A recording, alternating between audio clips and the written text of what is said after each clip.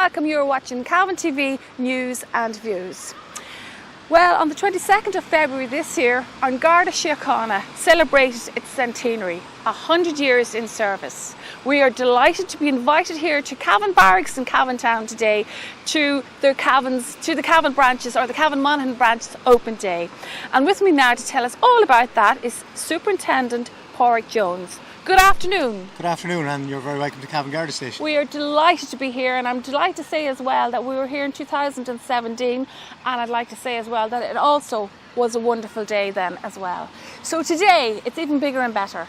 Hopefully it is, yeah. So we've had to take a sabbatical for a couple of years, obviously due to COVID, and we didn't get to open our doors to the public. So as part of our centenary celebrations and just really our interaction with the community, we're delighted to have our open day here in Cavan Garda Station today. So we have a whole host of events taking place, not just Garda related, but we have our colleagues from Civil Defence, Yes. Cavan County Council, Cavan County Fire Service and the Road Safety Authority here with us. So yeah, delighted to have all our friends and colleagues here, and obviously the public coming in through the station to get a view and maybe see some of the other side of what we do in the Garda Síochána.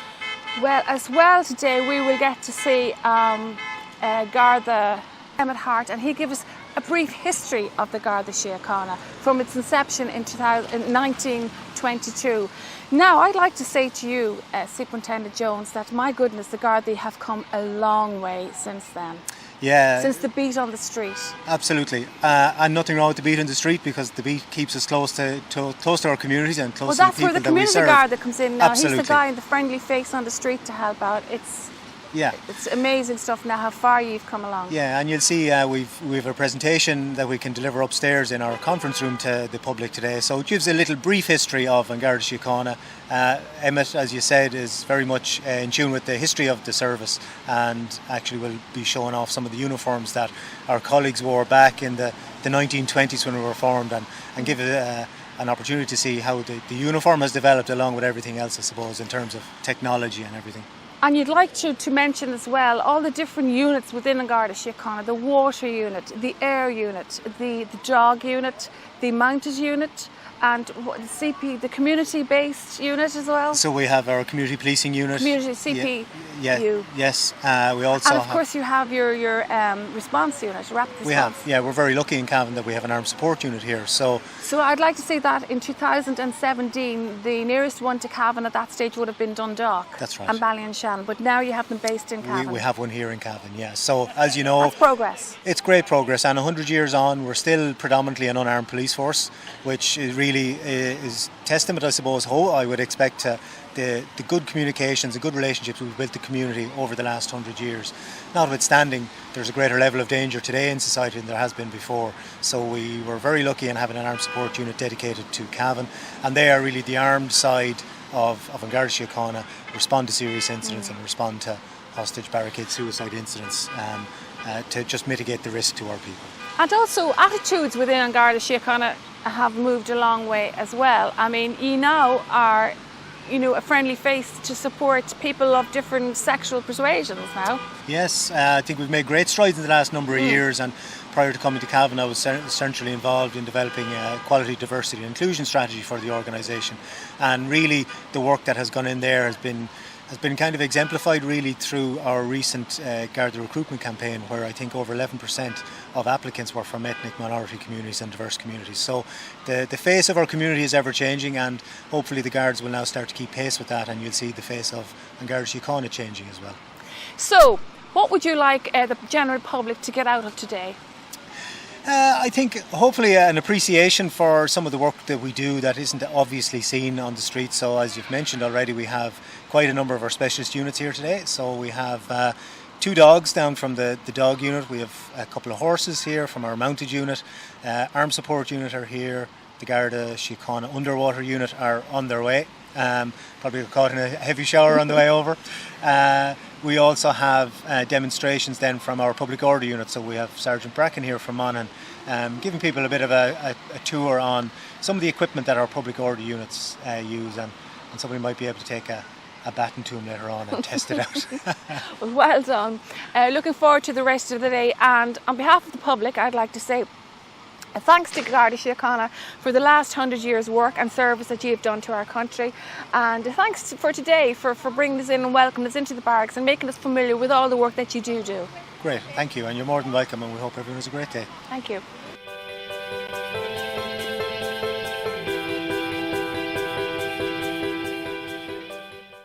Well, as you know, from the 22nd of February this year, An Garda Síochána was 100 years old. Well, that's 100 years of history. And to tell us about that history with me is Garda Emmett Hart. And Garda Emmett is attached to the Cavan Monaghan division. Welcome. You're going to tell us about the history, and you're looking very historic as it is in your uniform. Tell us about that. Tell us about the history of An Garda Síochána. It's the centenary year this year, so we decided that we'd have to commemorate it in some sort of a way. So I thought, what better way than to have a uniform made from 1922. So that's what we've done. We have here on me now at the minute is a uniform which was worn in 1922. The material is replica, made exactly to the specifications of the original. Everything, all the correct measurements, the insignia, buttons, buckles, everything that I have on me is period up until even the whistle, which is marked as well with Garda Síochána, which would have been worn by members up until approximately mid-1950s, whenever the uniform was changed then to the style of lapel. And we have on display also is a few of the period uniforms from the 20s. There's a superintendent's uniform, and then further down uniform from the 1922 to 1950s period, also done with the insignia of Dublin on the collar. The uniforms would have been different between outside of Dublin and Dublin City and Cork City, which would have had an 8-button tunic with a lovely ornate leather belt with a clasp style buckle, worn in conjunction with the custodian helmet over there, which changed throughout the 20s until the 1930s. That was a simplistic style then was developed to be worn with it. And we will have a look in depth at those later. But to get back to the history of An Garda Síochána, 100 years centenary.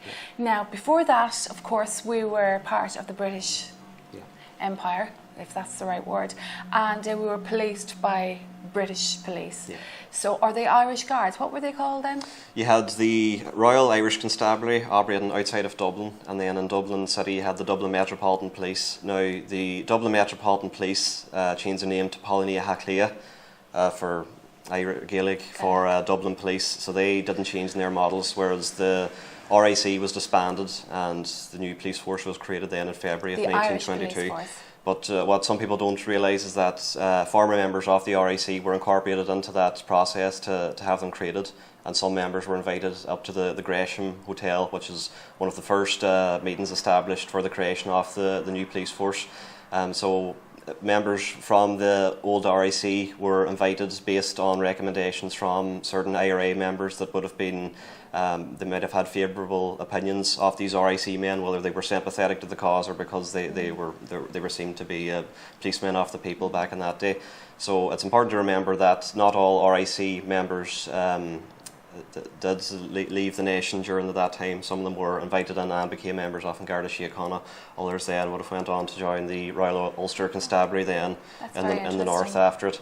And of course, calling the Garda Síochána, guardians of the peace, and that's exactly what you do, and you've been doing that for 100 years. Absolutely. Now, you haven't changed, it has changed, and we're going to see the changes today, but like, you have remained an unarmed force as you've been for 100 years, and that is that's a good accomplishment. Yeah, absolutely. To be able to man a country like that. I think it was a decision made around the time of the Civil War also. There was a mutiny in County Kildare during the first few months of the formation of An Garda Síochána, and subsequently after that mutiny the majority of the weaponry was removed from us, and only a few remained armed, such as the detectives and some sort of specialist units operating in around Dublin and around the country. So that's where that came from the 20s. So I'm really interested in the training and the headquarters for training Garda in those days. Can you tell us a bit about that? So in the 20s, the very first training was in Ballsbridge in the RDS, which was then moved to Kildare where the mutiny took place, and then it remained in Phoenix Park where the headquarters is up until around the mid-60s, where it was moved then to where it is today in the Garda College in Templemore, which is shown over there in this poster, and that's where it remains to this day. and that's where I trained before I was attached to Cavan Monaghan Division. And you are from Northern Ireland, which is a great incorporation. Yeah. Absolutely. County Tyrone, and a Gaelic speaker as well, so it's good to be able to get the use out of Gaelic any chance that I get down here. Now, my interesting thing, and we have a uniform of Cavan Garda, and of course we don't call them Cavan Gardas anymore, they're Gardas now. Absolutely. But I think it was around 1959 or 1960 that the first females were incorporated into the Garda Absolutely. Síochána. A difficult process for them to come into the job, as I'm sure, being so male dominated for decades. But today I believe it's one of the highest percentage police forces in Europe with female members in it. You know, so that just goes to show how quickly the change can take effect. And what kind of qualifications did you need in those days? I do know back in as late as the 1980s there was a height restriction. You had to be a certain height. Yeah, they got rid of that then. And you had to have good eyesight and things like that. Yeah, so it has. It's become a lot more flexible. The model a lot more reasonable. And accommodating for different people. Yeah. So now you have to be proficient with various leaving certs, and myself being from the north, I had to have GCSE and A levels, and at least one of them There's had to be a certain level of education. But back in the days, like in the very early days, what would the criteria have been then? Basically, the majority of members from 1922 would have been members that were of the old IRA from back in the day. They would have had some experience. They would have had some experience, but not policing experience, which is what some of the problems were. The first few years were turbulent years. In regards to discipline in the force and that was something that was worked on, so that's why they were looking for members from other police forces to come in a managerial role to get that discipline instilled, because these men were coming from military backgrounds and not policing backgrounds, so it was a change that was difficult, but it was ultimately implemented then with success. Tell us a little bit about the Garda Museum that you have in Dublin, in the Dublin Castle, I think it is it? Yeah, so Dublin Castle, it's basically something similar to this. You'll have uniforms and equipment and vehicles, from all over, some motorcycles. But we see some of them, no, not on this poster, we see some of the the old vehicles there, and some of them do. There'll be one of the vehicles here today. I think it's a Ford Granada. I think it could be from the 70s or early 80s, but that'll be here today. This is sort of a travelling museum that we have at the minute. Yeah. On loan from Sergeant John Reynolds, who used to be over the Garda Museum in Templemore in the Garda College. But he's divided up the different bits to have as a travelling museum for the centenary year. You have a wonderful interest in the history. Absolutely. What gave you such an interest? I'm not too sure. I think it started from a young age. I remember my grandfather brought me to a World War II collector of militaria, and I think that's sort of probably what set it off ultimately. And then from joining the job, I just felt that someone had to sort of preserve and keep the history. What is your most interesting thing in the history of Garda Síochána? You know, be it an article or an artifice or a car or whatever that you came across. I'd say uniforms were always the big part of my interest. Yeah. You know, what's the evolution of them and how they changed and why they got rid of certain pieces, and especially during the wartime and how the Garda Síochána cope with austerity. So, in a brief thing, it's probably a daft question, but how many every year did they overhaul the uniforms? Well, this is only the current uniform. I believe is only the third iteration of the uniform. Right. So you had the initial uniform, which is this uniform, which was adopted in the 50s, and then that was replaced, I think, around the late 90s to the current one. Yeah. So and then you have the modern day Garda Síochána. We have this. But you have a new one coming out. We have a new one coming out at the minute. Everyone is being fitted out, and the uniforms are being rolled out. It's just waiting for a date for it to launch. That'll be the fourth edition, will it? That'll be the fourth edition to the uniform. Okay. You had some minor changes, but nothing of significance had largely remained unchanged. Well, that is absolutely wonderful history. Very interesting, and thanks for telling us all about it, Garda Emmet. And we're going to have a look around now at some of the things. Absolutely. Thank you.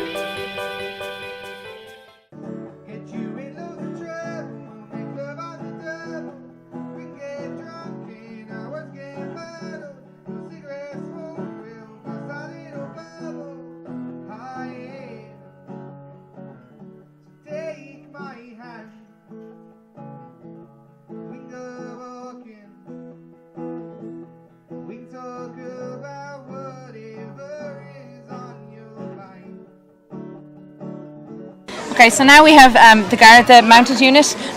This is the whole mounted team, and this is Garda Police, and she's going to say a few words for you. Thank you.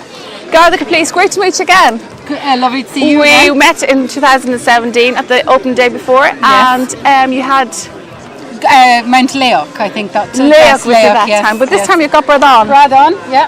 Garda Mount Bradon. He's new to our unit. He's in the unit just pre-COVID, so he's in about 2.5 years.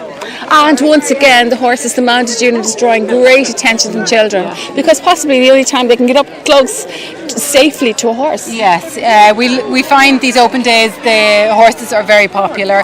It's great they're in a safe environment to come up and meet a Garda horse. So they do love, they draw great attention during these open days. And I remember the last time, the only thing you don't ask people to do is not to feed the horses, not to tease them with food. Yes, we don't feed our horses while out in patrol.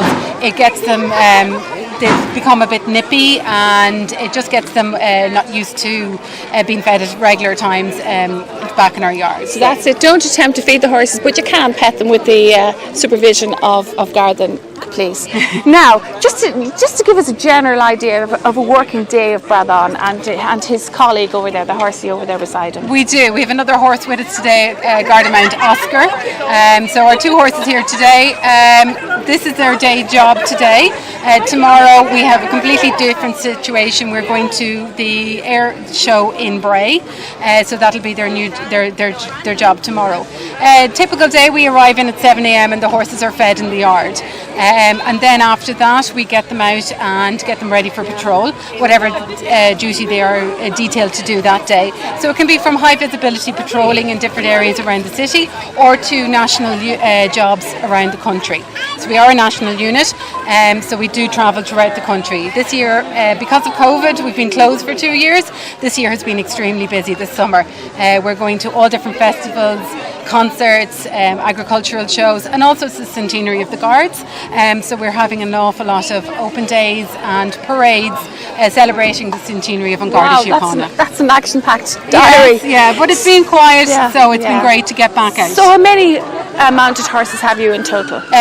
Presently at the moment we have 12 mounted horses attached to the unit.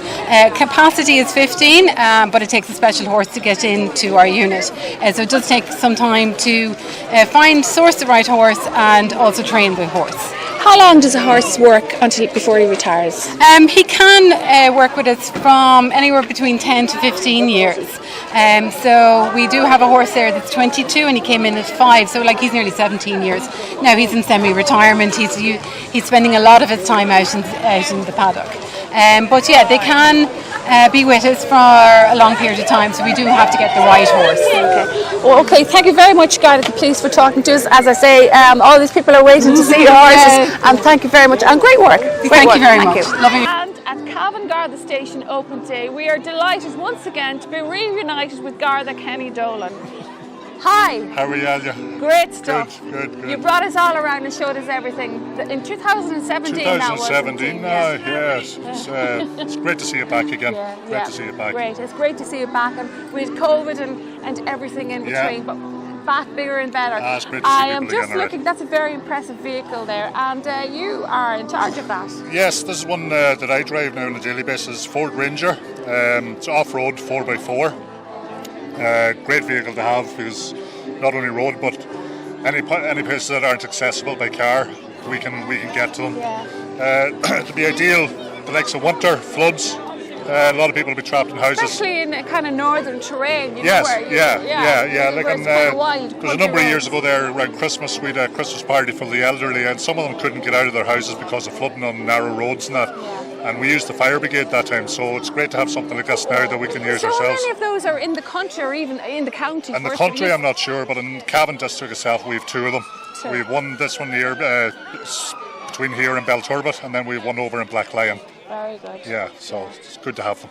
So you can drive that on a daily basis? This one I drive on a daily basis, cool. yeah. People love to get riding that. So anyway, Kenny, it's great again. We're talking again. A great day here again. All the units are out, and even the Garda. And congratulations on the centenary of the Garda. Thank you 100 very years much. 100 in years, inception. yeah. Great stuff. No, I haven't been in it No, 100 you years. haven't. No. And what I was going to do there is going to talk the history of the Garda is on display. That's right. That's right. As Yeah, well. and there's one of our colleagues. He's walking around there in one of the old uniforms. Earlier, And we've the old car here from. I think it's back in the 80s. You wouldn't remember those old cars. No, thankfully. But as I say, a great day again today, and I was talking to Anne-Marie and the great work the Garda are doing with the Little Blue Heroes. Fantastic. That's stuff. fantastic. It's a great charity, so it is. It's a great charity. Yeah. And the community policing unit, community policing unit have a great emphasis on it as well, like different functions, and it's great to see it. Okay, so Kenny, I'm going to ask you to do one thing for me now. I want you to leave your little Jeep there, and I want you to bring me over and introduce me to the response unit. 100%. Okay.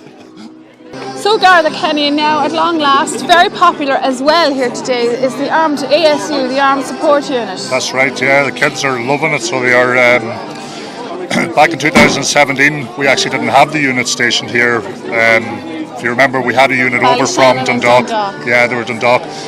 This unit here set up in Cavan, I think it was January 21, and if I'm not mistaken, I think it's about 16 is it that's on the unit, and we've one of the sergeants here, Warwick. He can fill you in on what's here. Good afternoon. Thanks for taking time out to talk to us. Armed Supports Unit, tough guys. That's what people think, anyway. Yeah, well, we won't contradict it, but yeah, look, we're set up here in Cavan since 2000. That's good January news for 17. us. That's good news. That's progression, really, isn't it? It is. I would have worked in Dundalk Armed Support Unit before Cavan, and we would have covered Cavan, but we would have found our response times to get over to Cavan, if needs be, was probably just not sufficient. Okay. It was an hour and a half. So we were talking all day about the Garda Síochána now on the 22nd of February this year is 100 years inception, it's centenary. So what is the history of the ASU? Well, the ASU was initially set up in 2008, and the first unit was set up in Cork. And they've set up two centres in each of the 5 regions in the country. And Cavan has been the most recent unit set up in, as Kenny said, in January 2021. And the Guards as a force isn't an armed force. One of the last unarmed forces in Europe and in the world, and it works very well that way. But you also have to have contingency for when firearms are needed. So what the Guards have done is that you have the armed support unit in every area in the country to be the armed contingency if it's needed, and we carry. So your work, you're explaining your work there to me. So your work is very specific. You're called on by the regular Guards when they need help. Is that the way it works? That's right. Yeah, we'd be as armed support in the very name of it. We can be called by the regular unit Guards when they call out to a scene, and if they think that additional equipment is needed, whether it be less lethal equipment and lethal equipment, which I'll go through and show you some of the equipment, or also when the call comes in initially into the 999 call centre, they'll assess the call, and if they feel it requires an armed support unit to attend, they'll request us at the same time as the initial units are getting the call. Okay, as in every other aspect of Garda and the other units, very highly trained. Very highly trained, and the skills that we have, they're very much perishable, so we continually train. We have to do training modules once a month, because it's skills that if you were to take a prolonged period of time off on holidays, or if you were sick for a prolonged period of time, when you'd come back you'd have to upskill in all your different skills, both in your firearms and medical training and all of that. And you have to keep very fit as well, I would say. Well, no more than all the whole force in general. There would be an emphasis on keeping fit. Okay, so you're going to show us some of your things. Yeah. Just describe as you are at the moment. You're out on the call now. Is that the way you're dressed? This is our normal operational uniform that we're going to a call. And I'm starting I'll put this firearm aside for the minute. Like all police officers going to a call, the first piece of equipment we have is talk, and a lot of calls we go to, we'd engage verbally with the subject first of all, and thankfully a lot of the incidents the person will comply, and so the best tool you have is to talk, and we'd all be trained up in negotiation. So that's what you start with. And then, like all other Garda officers, we carry a pepper spray and we carry a baton and we carry handcuffs. And sometimes that's sufficient. But if the threat level is significant and you need to up it, we can move to a less lethal bit of equipment, which is a taser, which is an electrical current which can be deployed into a person. And if it's deployed successfully, they'll lose muscle function for a short period of time. That if they are holding a weapon, that they let it fall, or they'll lose their own the use of the muscles for that bit of time. That we can overpower them and remove the threat, whatever it would be. And also, along with the taser, we have a 40mm. It's a piece of equipment. It's a less lethal bit of equipment that's pain compliant. And what it does is it can fire these rounds, and these are a 40mm exact impact round, and it's fired at a muscle group in the body, like the thigh muscle here. And what it does is it generates a massive amount of force in through the muscle. And what it'll do is it cause a person involuntarily to fall to the ground because of the pain compliance. And this is the second round we can fire. What do you fire that from? We fire that from it's over there. a 40mm launch. So the other member there is showing it to. That's okay, yeah. We'll bring it over afterwards. That's okay. My colleague here, Tom, is going to show this is the weapon here. It's empty at the minute. So you basically put this in here, and it'll fire out this round, and it's highly accurate. And you can aim at a particular muscle group, and through pain compliance, it'll cause the person to stumble to the ground. And you also have the option of firing this. It's also a new round that we've recently acquired. It has the same pain compliance when it hits the muscle group, but it's OC gas. It'll also deploy powder gas, which will cause the person to find it difficult to breathe. They won't suffocate, but their tongue will swell slightly. They find it difficult to breathe. And also, it's an OC gas powder that will go into their eyes, and their eyes will involuntarily shut. So they'll close their eyes. So that'll give us an opportunity to move in to remove a weapon if we could have it. So it's another. I suppose it's like working off. You're working off a framework that you work from the bottom up. That you don't just because you carry lethal weapons, you start. So I'd like to stress as well that it's not all about combat. You sometimes try to help people that are threatening to do away with themselves at times. Can't you? You help in such situations. We do, yeah, and we have a number of different bits of equipment and also training to work towards that. To save somebody from themselves. Exactly, and I suppose we're all trained up in negotiation, everybody in the armed support unit, so that's the best tool you have is verbal, to talk. Sometimes the people just want to talk. So because we have extra ballistic protection, and if the person that's looking to do themselves harm have a weapon, we can get in closer to that person because of the protection we have and start by talking to them. Also, this less lethal equipment, it doesn't have long-term effects. So if it prevents the person that wants to do themselves harm from doing that harm, it's still a positive outcome. Yeah. And we also carry full medical kits, and we'd be medically trained up to EFR level. So we carry full medical kits that we can provide care to the person should they if they happen to have laceration injuries. Can I ask you, have you any ladies or females in your force? There is, I'm just offhead. I'm thinking now. I think every centre in the country has female members in the armed support unit. That's great. Well done, and thanks to Kenny for introducing you, and all I can say is thanks for reminding us, and keep safe. No problem, thank you. Well, here I am, folks. It's only Saturday afternoon and I'm already in the back of a paddy wagon. Kenny, Garda Kenny, paddy wagon, what's the proper name for this van? We'd call it the public order van, patrol van, but I would say everybody knows it as the paddy wagon, wants to see it coming down. You don't want to be in a paddy wagon anytime soon. That's right, you do not. But it's a great vehicle to have.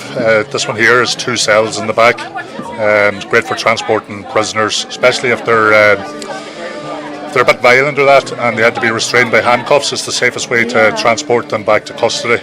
We're talking mostly, when I see them, is patrolling a town on a Saturday night, is patrolling a provincial town on a Saturday night. And actually, it's good just to see them on the streets. Like, it's a bit of a deterrent just to see them on the streets. Yeah, like it's a deterrent, right? Like, because you'd always see the patrol car, the squad car driving around, and you know there's a driver and there's another guard in the passenger seat. Well, the thing about the public order van, when it's driving down the street, if things are busy, people don't know how many is actually in the van.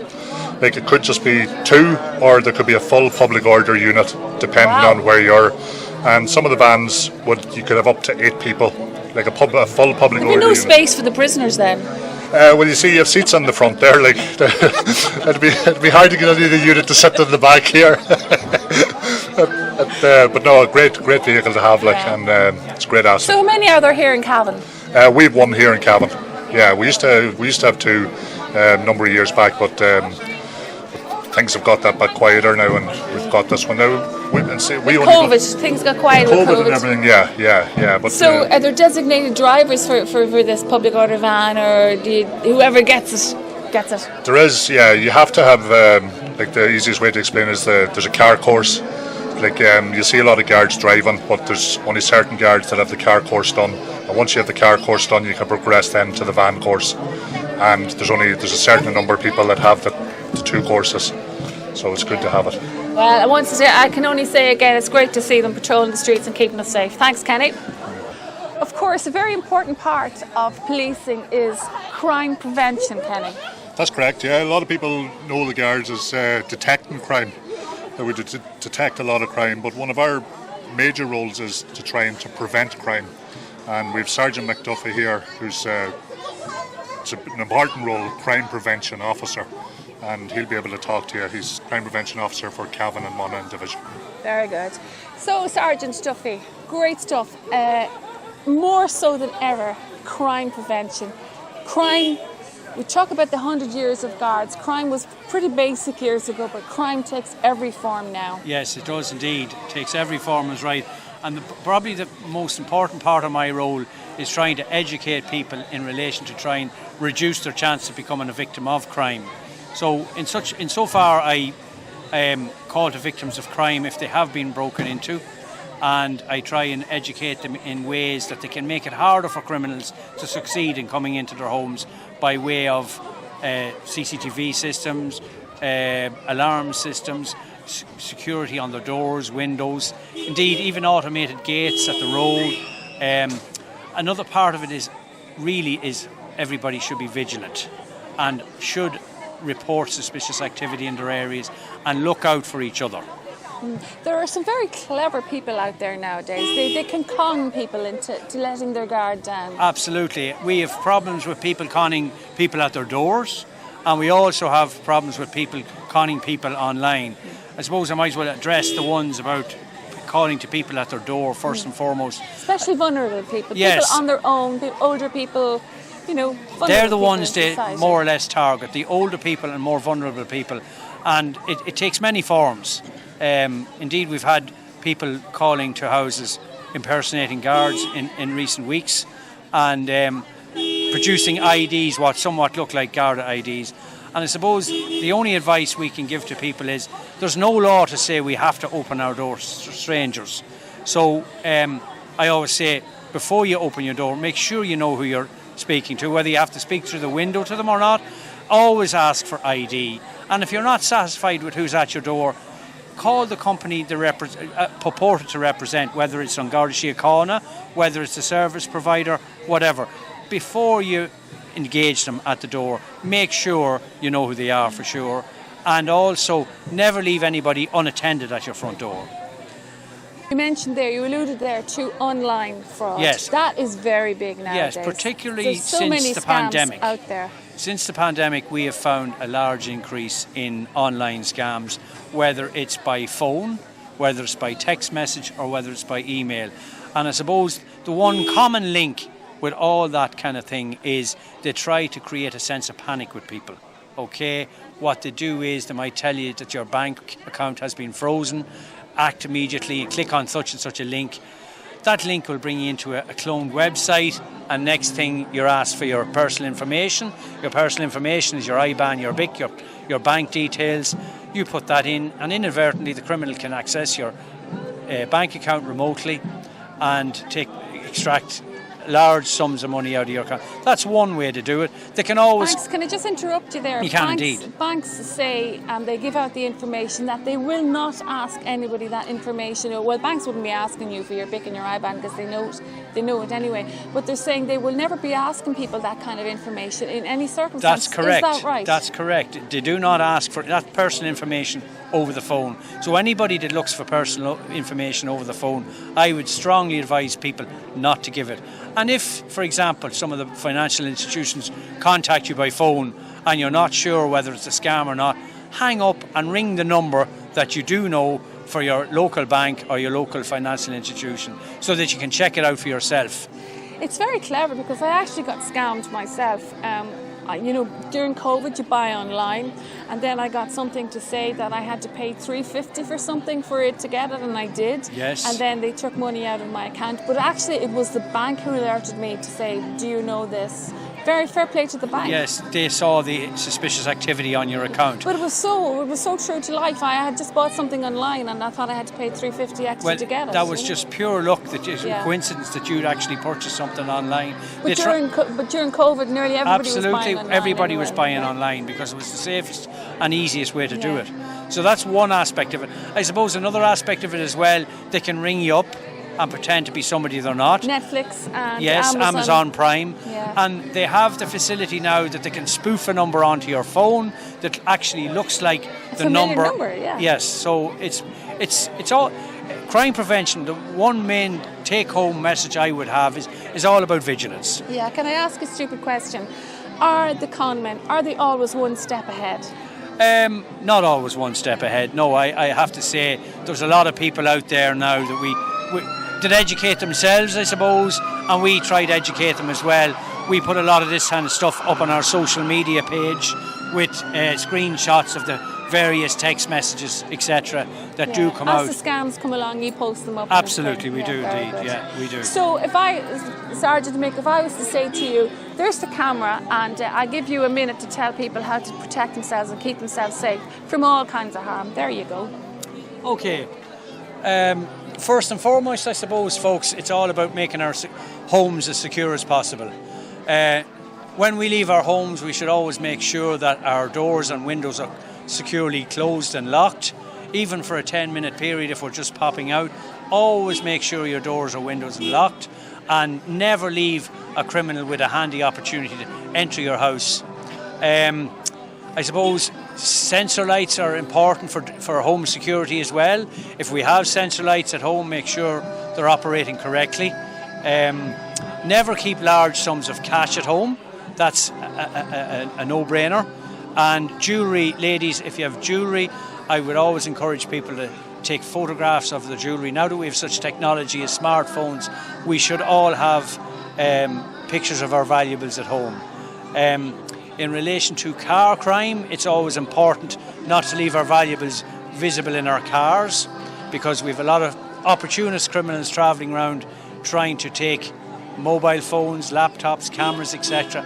out of our cars. So it's important also to make sure when you're out and about not to leave temptation for the opportunist criminal. In relation to online fraud, etc., please never give your personal information out over a phone call, over a text message or over an email, and never click on any unsolicited links on either an email or a text. Really, that's it. They're the most important aspects of crime prevention. And I suppose another important aspect is, if you see suspicious activity in your local area, always report it to your local Garda station, and always look out for your neighbour. And it's important to report information into us as soon as you can, whether they're genuine people or not. Genuine people don't mind being stopped by An Garda Síochána. It's those with criminal intent that don't like to see us coming. Thank you very much, Cavan Monaghan, Crime Prevention Officer Sergeant McDuffie. Thank you. Thank you. Now I'm going to have a chat with our furry friends. But first I'm going to talk to Garda Stephen Holman, who is the guardian of our furry friends, the dog unit. Welcome, Stephen. And we spoke before in 2017. That's right, yeah. It's and 5 years since. 5 years. And I'm glad to see you still have Gunther. And it was Gunther's, it was the 22nd of September, I think, 2017. And it was Gunther's birthday. That's right, it was Gunther's so birthday still last here time. today. Yeah, Gunther. this is Gunther here. But you have another furry friend with you this year. We have Gary. Gary is part of our specialist team. Gary is a Springer Spaniel. He was actually 2 last month. And Gary's Happy new to the birthday, team. Gary, as yeah, well. Yeah. Gary's new to the team. He's 6 months in the job, and what Gary does for us is DCF dogs, which stands for Drugs, Cash and Firearms. So Gary is trained in the detection of... So he's trained in the detection of drugs, cash, I wish I had him, and firearms. Yeah, well, he came out there, but he probably smells all the money in your pocket. He does now. I wish he did. Good boy, Gary. Now, that's very specific training, and he's fully trained at 2 years of age. That's right, yeah. Gary came into us, like I said, 6 months ago, and he's out after 10 weeks training. He came out into operation, and he's now teamed up with me, likewise Gunther. I know you bring Gunther home. Do you bring Gary home as well? Yeah, both dogs come home with me. They're assigned to me. I'm the handler for both dogs. Yeah. So most handlers have a specialist dog, which I have Gary, which is a DCF, and we also have a shepherd as well. Yeah. So get back to Gunther. Gunther is it what kind of a dog is Gunther? He's a general purpose dog. Yeah. So he kind of works off human scent. So in relation to, he's also for public order and crowd control. So, and with the human scent, if people were to go running from the guards, Gunther would track the most recent human scent. So if you were going running from the guards, or if you were going lost children or people who are missing, Gunther can help and assist in finding them as well.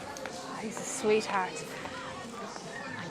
So great. So you bring the dogs home every day. So do you just tell me how a day's work for Gunther and Gary? Well, it can be anything at all. Because we're based in Kilmaine and we're the national unit, so we could be called anywhere to assist the colleagues. So you sit in base and you wait for the call. Well, we go patrolling, say the DMR region, because that's where we're based. But should colleagues require our assistance, we would go and travel. Yeah. Well done. It's great to see Gunther and yourself again. No problem. And welcome Gary to the team. He's a gorgeous dog, so he is. Yeah, he's a great part of the team now. Yeah. Well, here we are at the Little Blue Heroes marquee. Very special. Now, to tell us all about that is Detective Garda Anne-Marie Larkin, who is a volunteer with the Little Blue Heroes. Anne-Marie, I'm hearing and I'm seeing a lot about Little Blue Heroes lately, and just tell us all about it. Okay, thanks, Sonia. Little Blue Heroes is a not-for-profit charity run by volunteers, which would be Garda members, Garda staff, and anybody who wants to volunteer, basically. So nobody is paid, everybody volunteers, and what we do is we help families with seriously ill children all over Ireland. I represent Cavan Monaghan Little Blue Heroes, so at the minute we have 8 Little Blue Heroes in Cavan Monaghan division, and we have 2 in Cavan. So Honorary Garda Leah is on duty today. She's working here at the minute. You've probably seen her. We'll get a shot of her later. Yeah. And just best wishes to Honorary Garda Leon Bryody, who had his bone marrow transplant for leukemia, and he couldn't be here with us today, so we're all thinking of him. So Anne-Marie, tell us the kind of work that you do for these little children. You make them, first of all, you make them feel very special and they love that, but you do other work as well. We do, yeah. A lot of them love the guards, so we make them honorary guards, so they get full Garda uniforms. Small ones, of course. Yeah, little small ones, they're adorable actually. Every penny raised goes to the families, so they would get a grant when they sign up for Little Blue Heroes. We also help families of seriously ill children who don't want to be honorary guards. We have a Haven for Heroes project where we bring 4 families to the Iron Islands every year. Amazing. And we send volunteers with them and nurses so that the families can have a break as well for themselves. And this is all done on funds that you raise. Yeah, and there's people raising all over the country the whole time. There's people fundraising for Little Blue Heroes, so it's fantastic. It's a fantastic charity. I'm just very proud to be a part of it. It's absolutely fantastic. Yeah. So where did this all start, Anne-Marie? It started about 6 years ago. It took a couple of years to get permission to run it, because I suppose the guards are involved. It took that little bit longer to get permissions and whatnot for it, but Anne-Marie and Alan Keane are the 2 people that basically run it, and there is a committee, and as I said, everybody's volunteers, so there is guards all over Ireland involved. Yeah. So if you see any fundraisers out there and they're collecting funds for charity or doing charity events for Little Blue Heroes, this is what it's all about. Tell us a little bit about your honorary Garda today. What's her name? Honorary Garda. We've Honorary Garda Leah here today. She is a gas character now. She's a great ticket. She's 13 years old. She's just gone 13. And for her birthday a couple of weeks ago, the court staff and the judge actually met her, and we had a lovely day with her. And for her birthday present as well, she is mad about Nathan Carter. So we had a little surprise from Nathan Carter for her. and she'll get to go to the that on next. Facebook. Yes, and she'll get to go to the next Nathan Carter concert and whatnot. I see her as well. doing her rounds, is, and she's having great fun. Yeah, and a big thanks as well to Cavan GAA. They have been fantastic support to us. Anything we've asked them to do for our Little Blue Heroes, they've done and more. And just a big thank you to Cavan GAA, Mickey Graham in particular, and the Cavan backroom staff there and the team. They're very good. Well done, Anne-Marie. That's great. Thank you. And of course, if anybody out there thinks, oh, I'd like to help that, I'd like to do something for that, what will they do? You can go online, littleblueheroes.org. We have an online donation there. If anybody wants to fundraise, they can come to myself in relation to it, or they can go online as well and sign up. Well done, Anne-Marie, and great work. I did not know how much work Little Blue Heroes did. Well done, great stuff. And a great marquee here today, and everybody's having fun. Thank you, Anne-Marie. Thanks, Thank you very much. Great to talk to Sergeant Michael Bracken, and Sergeant Bracken, or Sergeant Michael, is in charge of training. He's the training sergeant, and you look after all the probationer Gardaí. Yes, I do. In the Probationers. Cavan Monaghan division, Yeah, isn't that in right? Cavan Monaghan, probationer guards and students in the division. I had a background, and that's what I'm showing here today, in public order training. And I'm an instructor in the arse baton and also the handcuffs. So that's what I'm doing here today, is showing people how we train and what equipment we use and how to use it safely, as well as everything else, which is very important. Yeah. So I brought a riot shield with me, and I brought an ASP training bag with me, and some various types of batons that we use in the job.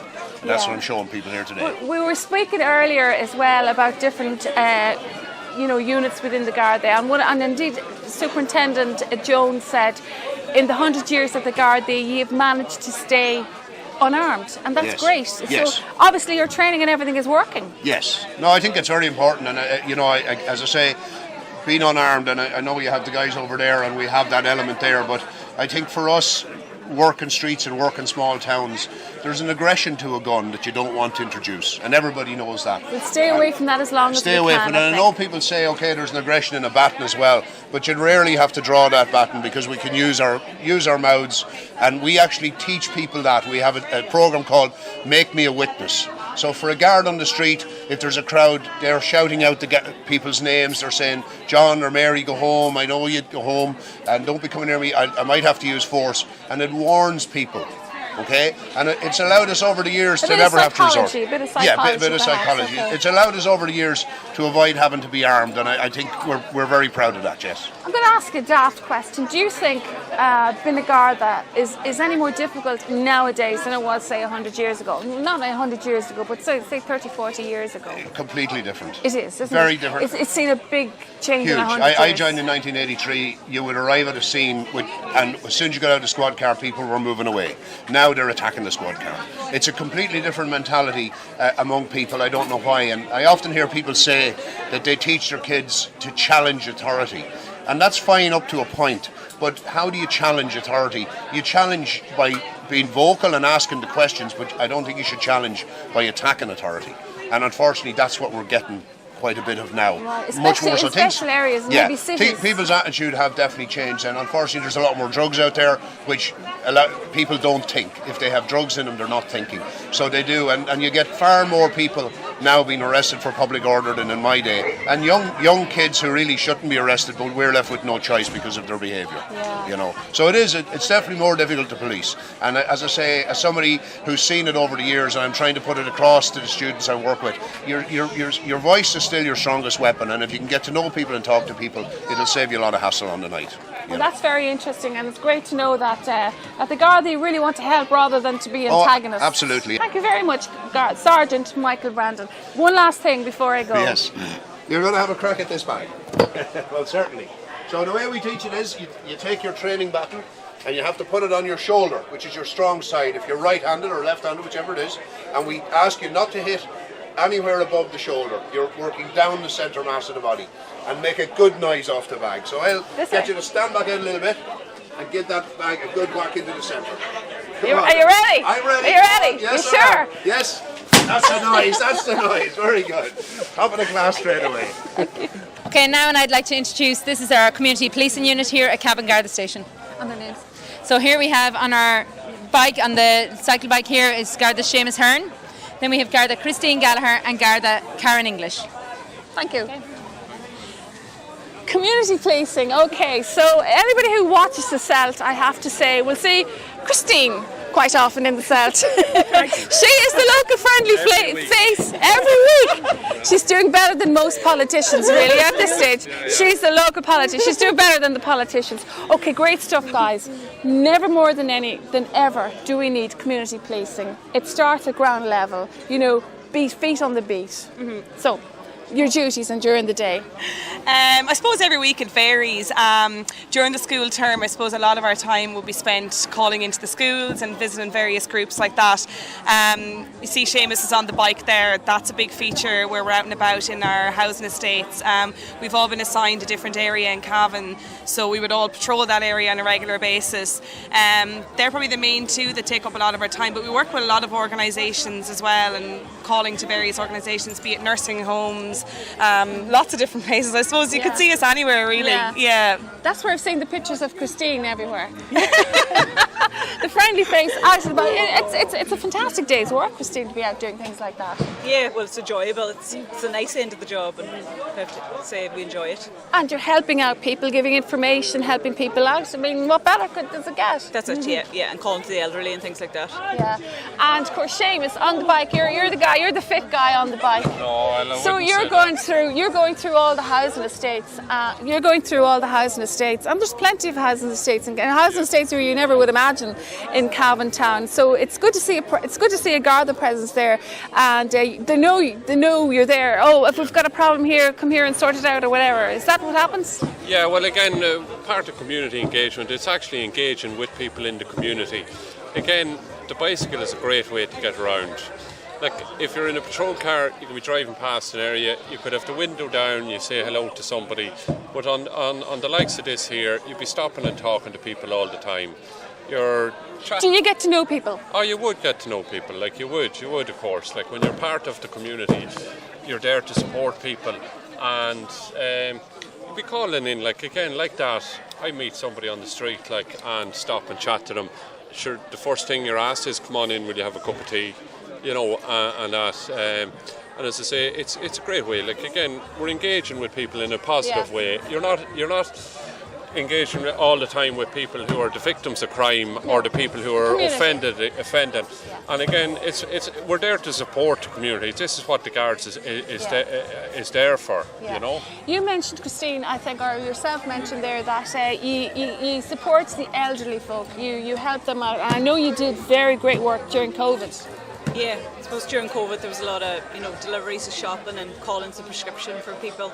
I suppose we try to keep calling out to the people that's in our area, the elderly and the vulnerable. And I'm sure that the elderly people love to see a friendly face of a Garda coming along for a chat. Oh, definitely, yeah. As Seamus said, they're probably the main people when they see you out and about to call you in for a cup of tea, and they love the company. And I think it's good within a housing estate to identify who the vulnerable might be, or an elderly man or woman that lives alone in a house. I think it's important to know who they are, to keep an eye on them. And again, generally they have brilliant neighbours. That's what I've noticed since starting in community policing and meeting these people. People have great neighbours, but they also love to see the Guards out and know that they're looking out for people too. So guys, you're the friendly face of the Garda on the ground. That's great. Now, if there's one thing you want the public to take out of today, what would you like them to take out of today? I suppose knowing that we're all approachable, never be afraid to come up and speak to the Guards or report a crime to the Guards. I suppose people probably would have seen us out and about and maybe kind of warmed to the Guards a little bit more during COVID, haven't seen us out and about and doing deliveries and being as involved as we were in the community. But I think the main thing is that people know that they can come up and approach us if they do need to report on, or even just to say hello. Yeah, do you find, guys, that you are getting to know people really well? Like by first name? Oh, you would, yeah. When you're part of, again, as Christine said, we're assigned to different areas and that. Like, so when you're covering a particular area and you're there, that's what your job is to get to know the people in that area and be a support for them and that. But I think, again, what you were saying, what's the thing to take out of today? Again, look, it is great these days. You look around, brilliant to see the turnout with children here, and the children getting to interact with the different national units, the mounted unit, the dog unit and stuff. But the bottom line, I would say as well, is to people, don't be afraid to ask. Don't be afraid to pick up the phone. If something needs to be reported, report it, even if you don't think it's significant. Just a little bit of advice. Yeah, the worst thing I don't like is somebody basically saying, I didn't want to be annoying you, you know, where they're telling me about something that happened last week, and they say, oh look, I did, and I advise them, you know, ring in at the time when it's happening, and they say, oh look, we didn't want to be annoying you, and that, not annoying, that's what we're Great there stuff. for, that's our job, you know. So there you are, folks. You have it in a nutshell. If you've got a little problem, something that you know on Garda Síochána can help out with, pick up the phone or go online, as Garda Cora early said. You can go online and get advice from the Garda Síochána. Okay, guys, enjoy your centenary, 100 years on Garda Síochána, Guardians of the Peace. And I'd like to thank you personally for being the community guards, for the help and the good work that you do on the ground. Thank you very much. From us all in Cavan. Thanks very much. Thank you. So here we are outside the courthouse, opposite the Garda station, and I'm having a look at this fantastic car. My goodness, does it bring back memories. It is a Ford Granada, a 1982 Ford Granada, 2 litre, and it was used, and there's a great Garda history to this car. And to tell me all about it is Mark Rafferty. Good morning, Mark. Good morning. And before we go anywhere further, you drove this car from Kildare this morning. Yeah, up from Athy. It took me 2 hours and 20 minutes to get up from Kildare, so a bit of going over, so you know what I mean. But yeah, that's. So tell us the history of this car. I see the history there briefly on the side of it, but you have this car 18 years and it's a genuine. It's a genuine Garda car. It was bought out of the auction in 1989 and for the sum of £200 operation. So give us a little bit of the history of the car. I see the history is there on the side. It drove around a very high-ranking Gardaí. Yeah, it was actually used when Ronald Reagan was over here in '84. It was used, and it was used on the detachment for the Secret Service, and it was down around Tipperary, Ballyporeen, and all around. It was actually up in Galway as well, and they drove it around. And it was actually a Commissioner, Lawrence Wren as well. It was used for his staff car as well. So he drove it up to 1987. Were there any bangs or dents on it when you got it? There was from the Garda time. No. It was involved in 2 serious ram raids apparently. Ram 2 vans chasing a couple of individuals that were doing a job on the post office for the old pension money. So yeah, I had a rough life, and roughly I'm now at the moment it has nearly 485,000 miles on it. So and it's still going. You drove it today. Yeah. And I see on the inside, we'll get a shot of it later, there are things written down to explain what the... Yeah, it was actually... Is that original? That's all original, yeah. It was all put back onto it. Well, the original ones were faded off, but we put the original ones back on it. There was no documents or briefcases to be left in the car, and the keys had to be left inside, so because there was stuff of a... that's it, sensitive material and stuff. Well, that's that was left great. in the car. So thank you for bringing that car up today. Yeah, it's absolutely wonderful. And today, of course, there is a wonderful display of the civil defence. And with me to tell me about what the civil defence do and what they have here today is volunteer Nigel McDougall. Good morning, Nigel. Good morning, Anya. We spoke to you before. In 2017 you were here. I'm old stuff now, so I am, I'm afraid. Well, that's what the civil defence is all. That's what the civil defence is all about. Nigel, you have a wonderful display here today. You've got your jeeps that we're used to seeing on the roads and at people-based events, and also you have got the boats, and you have a new vehicle this year. That's correct. We have an ATV, or an all-terrain vehicle this year. We haven't just finished yet. One of our plans for it is to put a stretcher carrier on it. So basically, if there's an accident, we say a Quilca or some of the less easier places to access, then we can head up there, put our stretcher on the back, go out, lift the person and bring them out to an ambulance. So it's just really to stop the carrying and get us out there quicker. And that means the patient or the person in need gets help quicker. Absolutely, absolutely. And we'll also use it for the boats, for getting the boats in and out of the water. There's many uses for it. It's a new vehicle, we're nearly there, it's not just ready yet. Now, to just get back, we were speaking some of the history of the Garda Síochána, but get back to the history of the civil defence. Can you tell us any of that? Well, I can give you a wee bit. Cavan has a very, very strong civil defence. We have up to 200 active members. We have a CDO and assistant CDO. They're the only paid members in it. The rest of the folk are all volunteers. And it's actually a great place to spend time. For me, it's like golfing, so it is. It's an escape from business. Worthwhile. Absolutely, and you're doing a good cause. Yes. You're doing a good cause, and they're actually a great group of people to work with. So it's very strong in County Cavan. Cavan is a very, very strong civil defence. Outside of Dublin, it's one of the strongest in Ireland. Well done. And as I know from the last time we spoke to you, Nigel, you are very well trained in drone technology. Yeah, I suppose the drone is one of my babies. It has been. We're at it about 6 years now, and in the beginning there was only 9 drone teams in Ireland, and we had to travel all over Ireland. Some of our jobs was as far as Black Sod.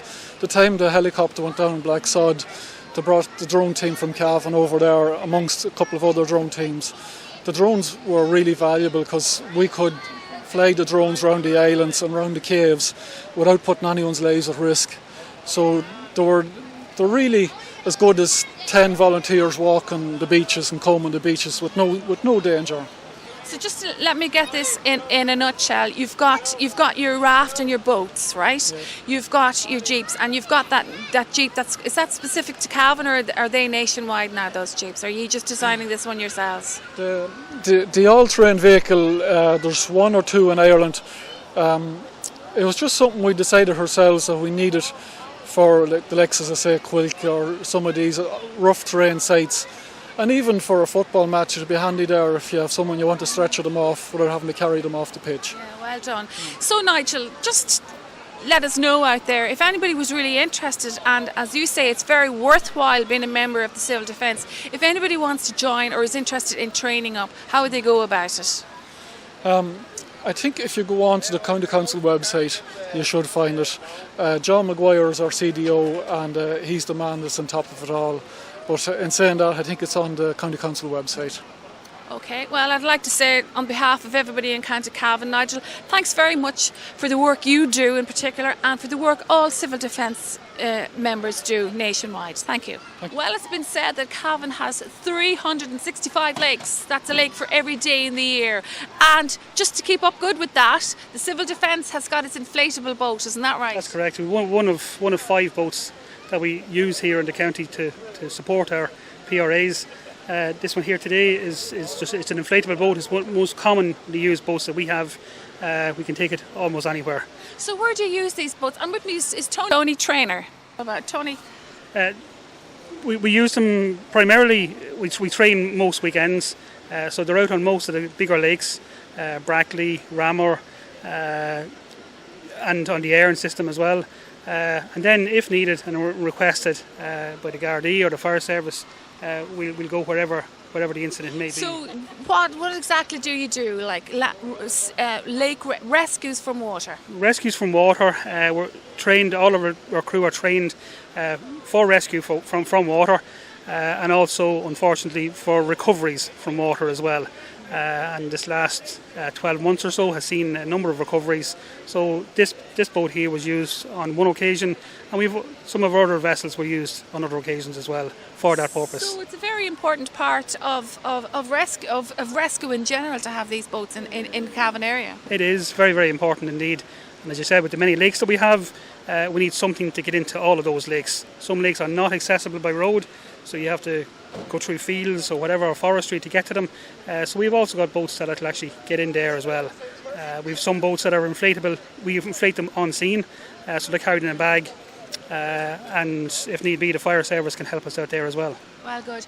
And of course, with the good weather gone by, Tony, thanks be to goodness, nothing happened in Cavan. You know, the way people kind of lose their senses and get a bit familiar with water and never trust water. It's dangerous even for the best of swimmers. So thankfully it's been good. But that is one of the dreads of good weather, is people getting complacent in water, really. Very much so.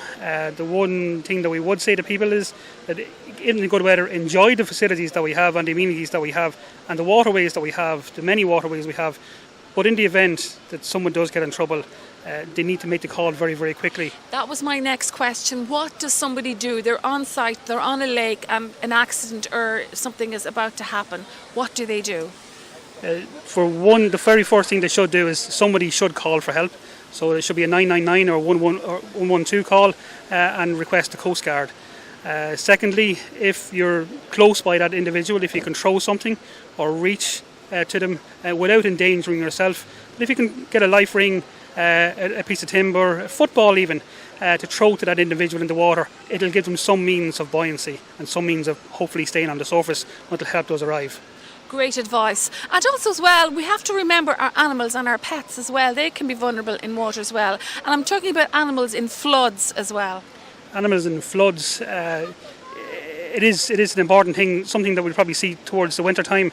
But animals can, or pets, and more so than anything else, can get dragged away in flood situations.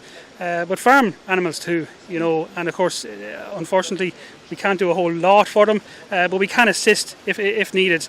But it's keeping them away from those flooded areas will be the priority in those Okay, times. so best advice for families in hot weather around water is Stay safe.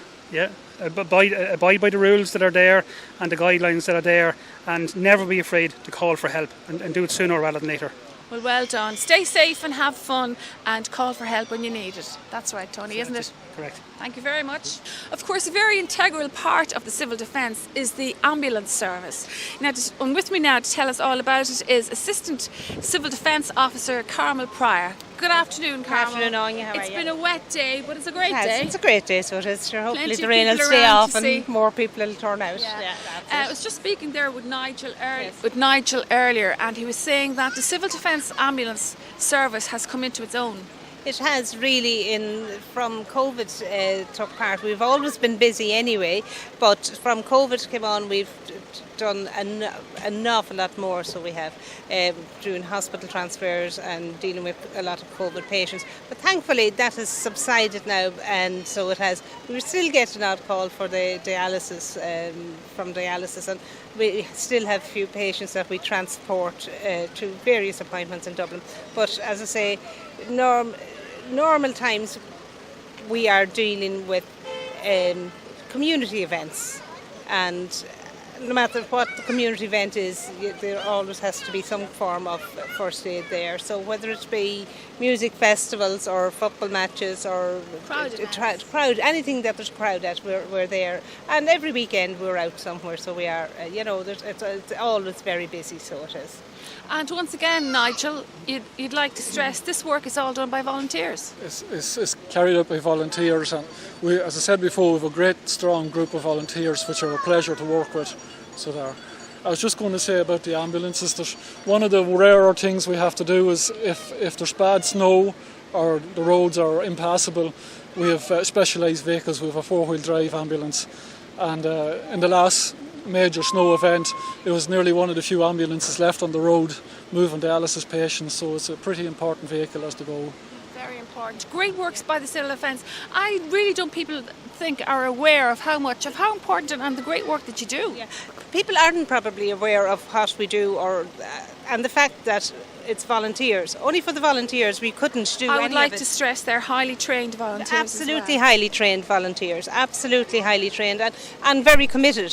10 training, so they do every week all over the winter months, so they get a break off during the summertime, and then they have to do duties all the time, so they don't get a break. But only for the volunteers we couldn't provide the service that we do. So a touchy question, how do you raise money? Well, we're part funded by the Department of Defence and part funded by Cavan County Council, so that's not so bad. It's not so bad. That's the way we. But you do have fundraising days, or do you? No, we don't. So much anymore. No, we don't. If an organisation wants to give us a donation for covering an event, we gratefully accept that, but we don't ask for money from anybody. It's entirely up to the organisation if they want to provide us with a donation, and that donation will go towards buying new equipment or whatever. Yeah. That's the way so we're well operating. done, and well done to all the members of the civil defence, and great work that you do. And again, I was speaking to Nigel earlier, and we were saying if anybody is interested in training up in the civil defence. Yeah, in the autumn time we'll be opening up training again, so opening up for new members again in the autumn time, and we will advertise that, so we will at the time. But a lot of people, when they see us at events like this and see us out and the work that we've been doing, especially during COVID now, we have a cohort of new volunteers in the process at the moment, but we won't be taking in any more now until the autumn time. And it will be advertised in the local paper and that on the council as well, yeah. Well done. I'd like to say well done once again to the Civil Defence for the great work that you do, and I'm delighted to hear that you get something great back from it. We do. You know, people think you're mad, but sure, look, we could be a lot worse, couldn't we? You get to some great events as well, Absolutely. You get to meet loads of lovely people. We get up to the concerts, so we do. We'll be up at Slane and we round the back of the concerts. We really get nearer the VIP treatment. Well done. You deserve nothing less. Thank you very much. That's it. Thanks very much. Okay, so now I am on the RSA interactive shuttle bus, and I'm going to speak to road safety educator Celine Gregory. Celine, this is a fabulous bus.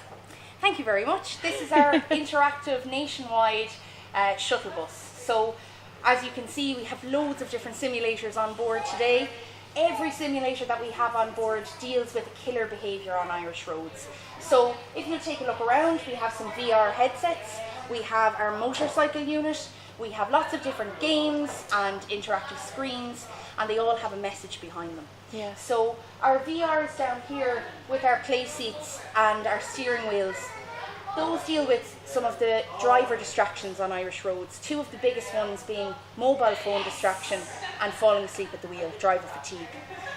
This interactive VR headset is called Consequences. It's our most popular VR experience on the shuttle, and it deals with driving under the influence of alcohol, which we know is a big issue on Irish roads. So when you sit into the simulator, you're involved in a first-person experience of making the decision to get behind the wheel after a few drinks, and you're involved in an accident, and you experience everything that comes after that in the scene, and it is very popular. That is a good wake-up call for Absolutely. people. We find it's the most popular on the shuttle. Yeah. So people are free today, Celine, to come in and try out all these things, and I'm sure they will get shocks. Yes. They'll be shocked.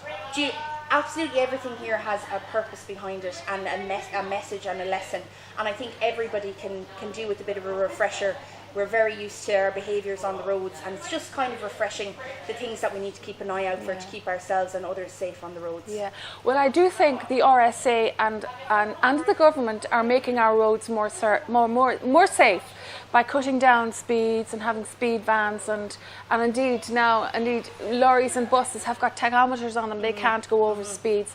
So I think the culture is getting to drive a bit more slowly, but we still have got big distractions on the roads. You talk about earlier, we're talking about cyclists cycling in pelotons, people walking on the roads with animals and dogs and buggies and things like that. And now the new craze on the road, of which at this very second there is no legislation, is e-bikes. Now I find them particularly disturbing on the roads. Absolutely, and what we say with the RSA is the faster the speed, the bigger the crash. So anything that can go at a faster speed, like e-scooters and e-bikes, they go fast. They can go fast. They can go very fast. And we have to remember our vulnerable road users on the road, and the rules of the road apply to absolutely everybody. Everybody has a responsibility to act. Even a walker on a pedestrian on a sidewalk has. Absolutely. We need to remember to use the safe places to cross the road, the traffic lights, pedestrian crossings. Drivers aren't expecting us to cross from anywhere else, so we need to keep our eyes and ears open at all times on Irish roads. Just to get back to the e-scooters, the legislation has been drawn up at the moment. Currently, I believe so. Yes, going through government channels. News. Absolutely. So I presume you go into schools as well and educate from a young age? We do. So this resource runs year round, and during the school year we book into schools, and we usually stay for maybe 2 or 3 days, and we deliver our shuttle lesson and the interactive shuttle to TY's 5th and 6th years. And if anybody would like to book that resource, the email address is shuttlebus@rsa.ie. Well done. So in the few years that the RSA is out there and about making people aware, do you find, can you give me statistics, not exact statistics, but can you give me statistics? Are we getting safer on our roads? We absolutely are. Last year we lost 137 lives on Irish roads, which is still a very high number, but it's actually our lowest number in a very long time.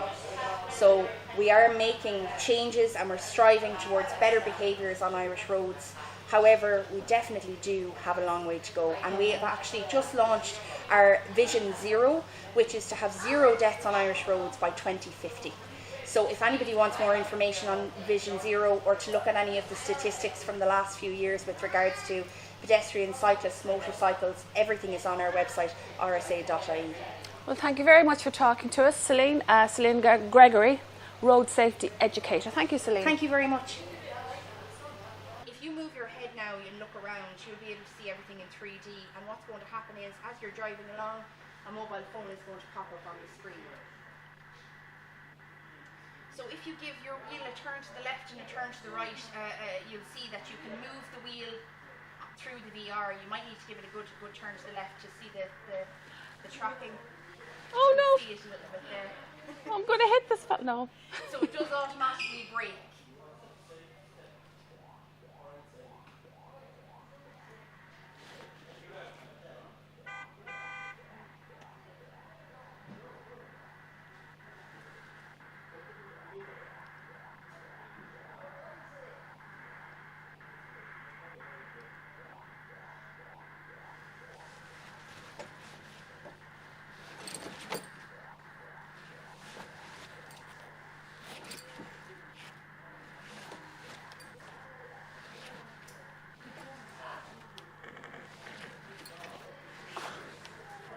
This is very difficult. And if you keep it just in the middle, it should level itself out a little bit. There we go.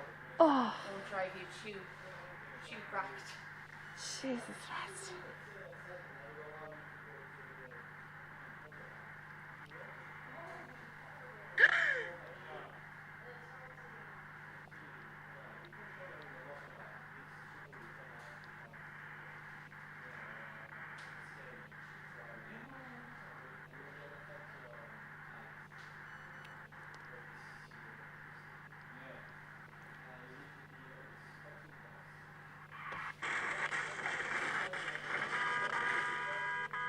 Oh, that's horrible.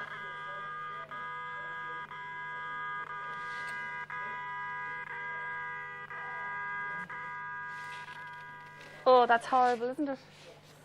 Oh Lord, that'll never use my mobile phone again. I tell you, that's horrible. Absolutely. You're actually 24 times more likely to crash.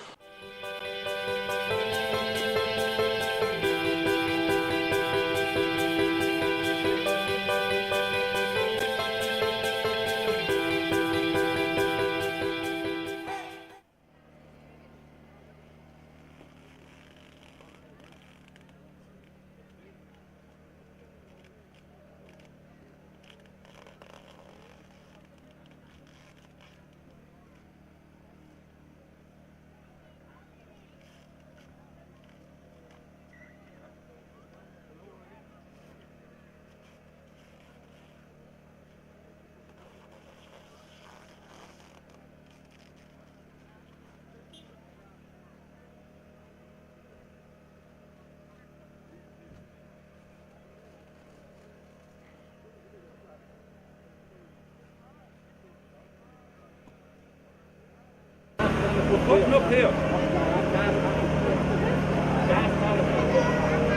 Right, well, go bottom then, go bottom then.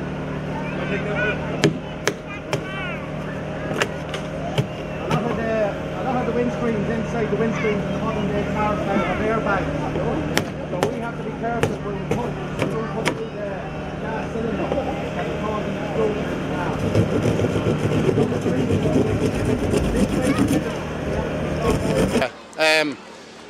We're starting at the A post. The front of the car is known as the A posts, and then the next post back are known as the B posts.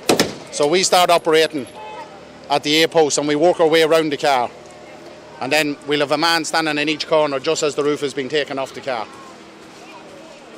We're now cutting the B post. Yeah. This is known as the B post. The posts in the middle of your car doors are known as the B posts. The A post is at the front, and the B post and the C post is at the back.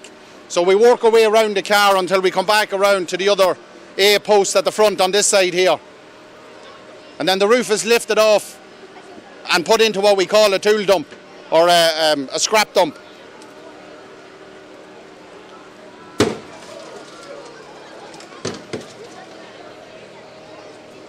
There's a lot of pressure in the hydraulic cutters that actually just cuts through.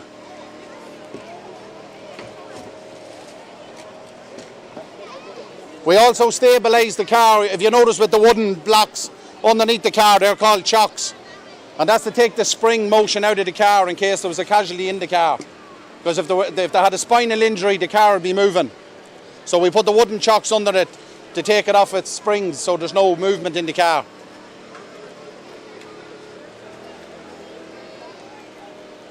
The ones at the back are always the hardest because they're bigger posts at the back of a car.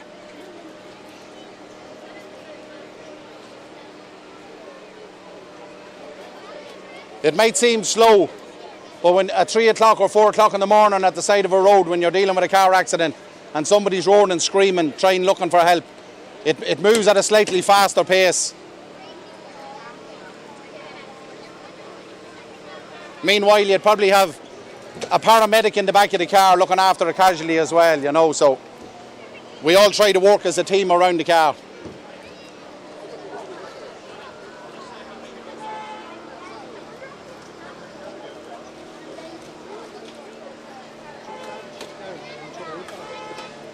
We just laid it down because we'll sweep it up after.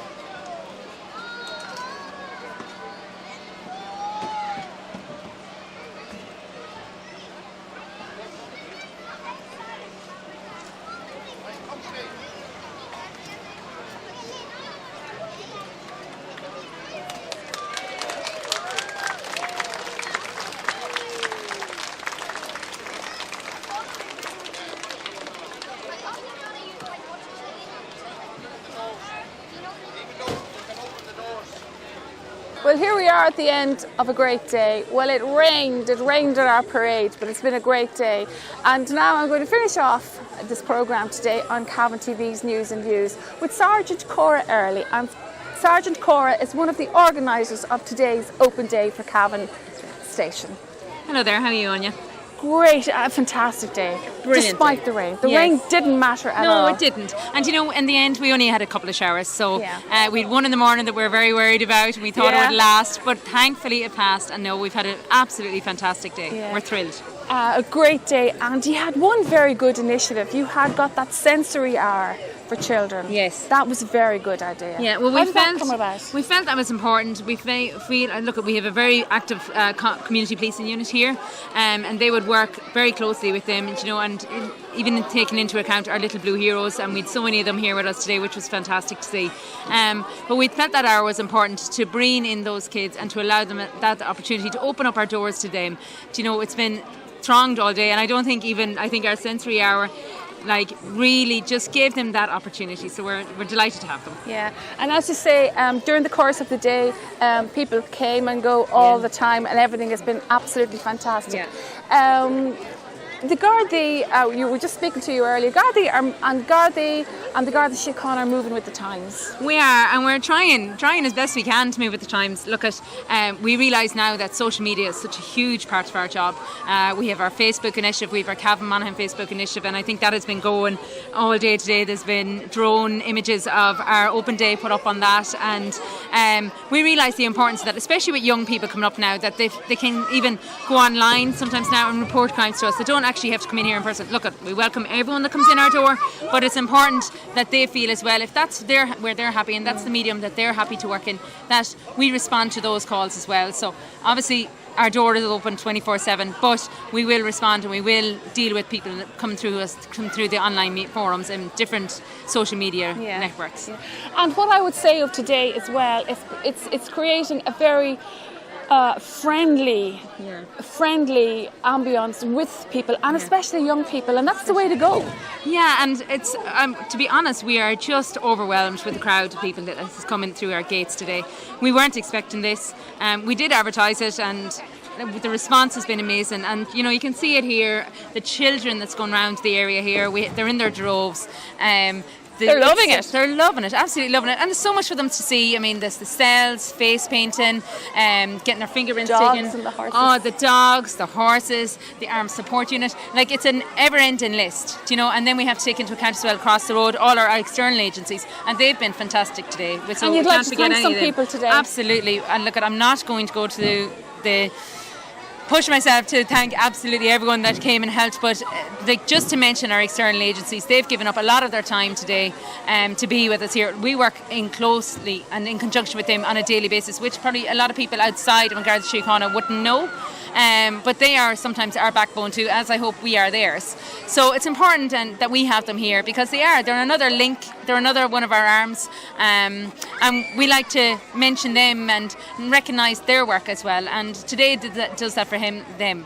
And even when you go over and speak to some of the lads that's over there, they're loving it, and that's important. Well, congratulations on today, and also congratulations on 100 years of being guardians of our peace. It's the centenary of Garda Síochána. More celebrations throughout the year. We'll keep an eye on that space. And once again, I'd like to thank you, Garda Cora Early, for organising a wonderful day. You did great work. Great stuff, thank you. Okay, and just to yourselves, thank you very much for coming and showcasing this day for us. It's important for us that we have yourselves here just to put the word out, and even to just attract people into the job. And this is a great recruitment drive for us as well.